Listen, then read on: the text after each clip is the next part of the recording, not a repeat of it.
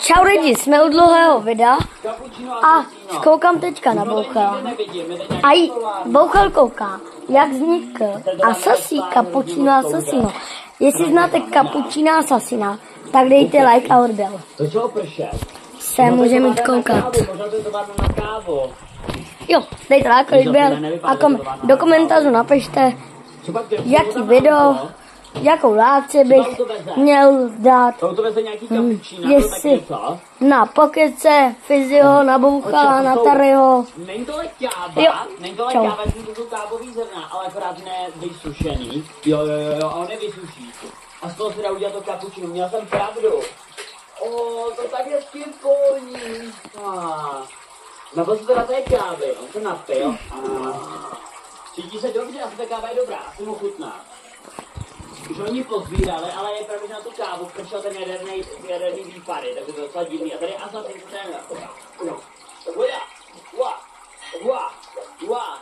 trénuje o 106. Wow. Bouchal je tamhle, jo. Počká, co? Bouchala máme. Bouchala máme tady. Cappuccino je dobrý. Tady máme toho ninju. Ale fakt hodně dobrý. Teď už jako dotrénoval. Mluví Bouchal do tunelu. Dává si Cappuccino Assassino. Já jsem si to chutnalo.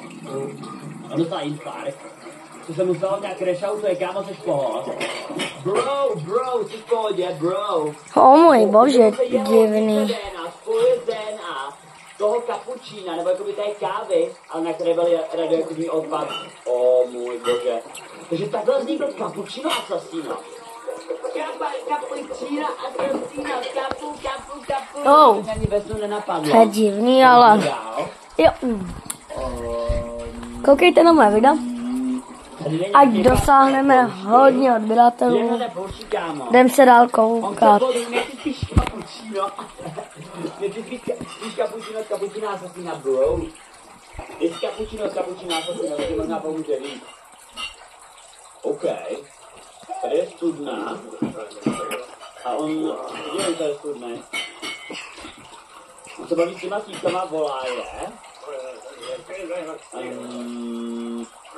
On tam vybírají peníze.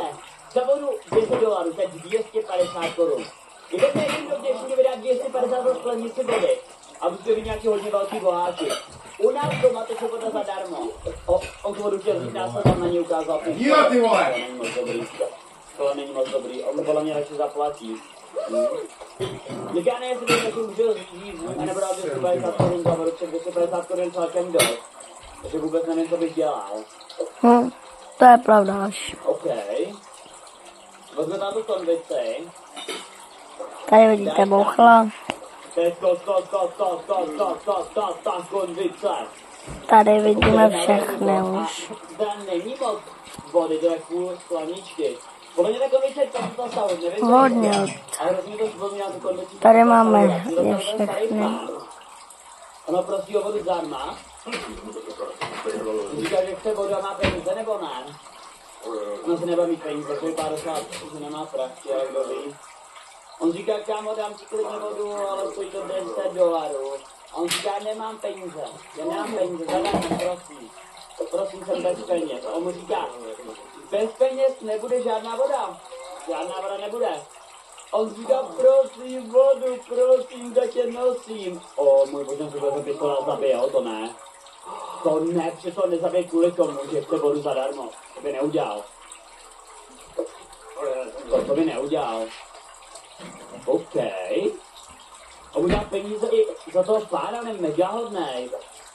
On je mega hodnej, ten druhý týpek.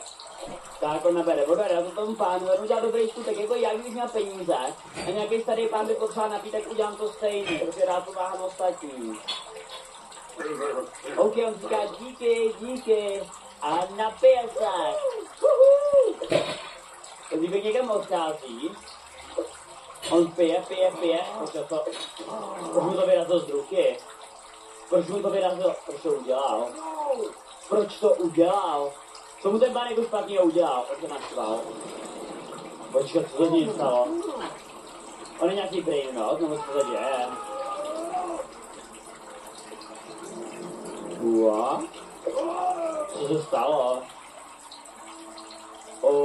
Ono pro mě ona ta Sahura.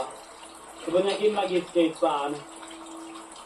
No kámo, být ta Sahur bych asi úplně nechtěl, to je, to není za mnou úplně dobrý brainrot, to není úplně dobrý brainrot. To je nějaký barák. A tam to má je tam jeho máma, táta. A jejich dítě to je celá rodinka, to je cute. Jsem rád, že celá rodinka šťastná, že jsou pohromadě. Jo. Tak. Tohle je video. Hustý video, ale. Jo. Znovu prosím like. Dejte prosím like. A dostanete takovouhle kocičku. Můžeš udělat si tohle, když se kočka diví, když má ráda kočky. Jo. Tohle můžeš dostat, jenom když dáš like, odběr a koment. Prosím, dejte mi like, koment i odběr, ať dosáhneme hodně vysoko. Už za chvilku budu mít aspoň 6, 7, 8, 9, 10. Možná budu mít 10 odběratelů. Začínám s YouTubem a mám 5 odběratelů. Takže prosím, dávajte mi odběratele, jo? Jdem se koukat dál. Nebo jednoho dne se dotáhneš tak daleko. Už cvičí. Můžu říct, že máš vednou tu pneumatiku, to nevím, já nechci jenom to malý závazí. Tu pneumatiku je podle mě nedaleko, už no. No ale mu moc nerostl, aby řekl opravdu, mohl by mít trošku větší. Nic moc vale, má KB. OK, co říká ten údajně, má 9 milionů. Co říká ten jeho táta. A Michael říká, zaber. On mu říká, že vedle toho domu, když zasadí další pomeranče, tam vyroste víc pomeranče, by potom bude silnější. To dává smysl. To do něho zasadí další pomeranče, nebo co jdou dělat. Já si myslím, že jo, že jdou zasadí další pomeranče. Někdy mu kradl pomeranče, kam to vede? Kdo to byl?